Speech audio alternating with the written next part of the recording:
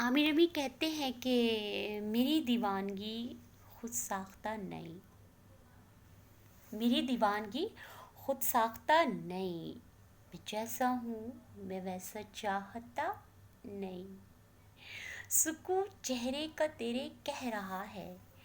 सुकून चेहरे का तेरे कह रहा है कि ऐ दुश्मन तू मुझको जानता नहीं। ये दिल गुस्ताख होता जा रहा है। ये दिल गुस्ताख होता जा रहा है कि सुनता है मेरी पर मानता नहीं।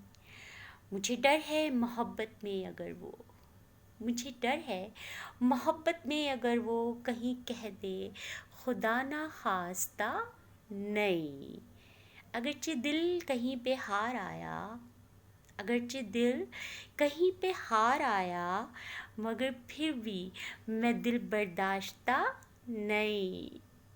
अमीर इश्क का मुझसे न पूछो। अमीर इश्क का मुझसे न पूछो। पता तुम सबको है किसको पता नहीं। मेरी दीवानगी खुद साख्ता नहीं। मैं जैसा हूँ मैं वैसा चाहता नहीं।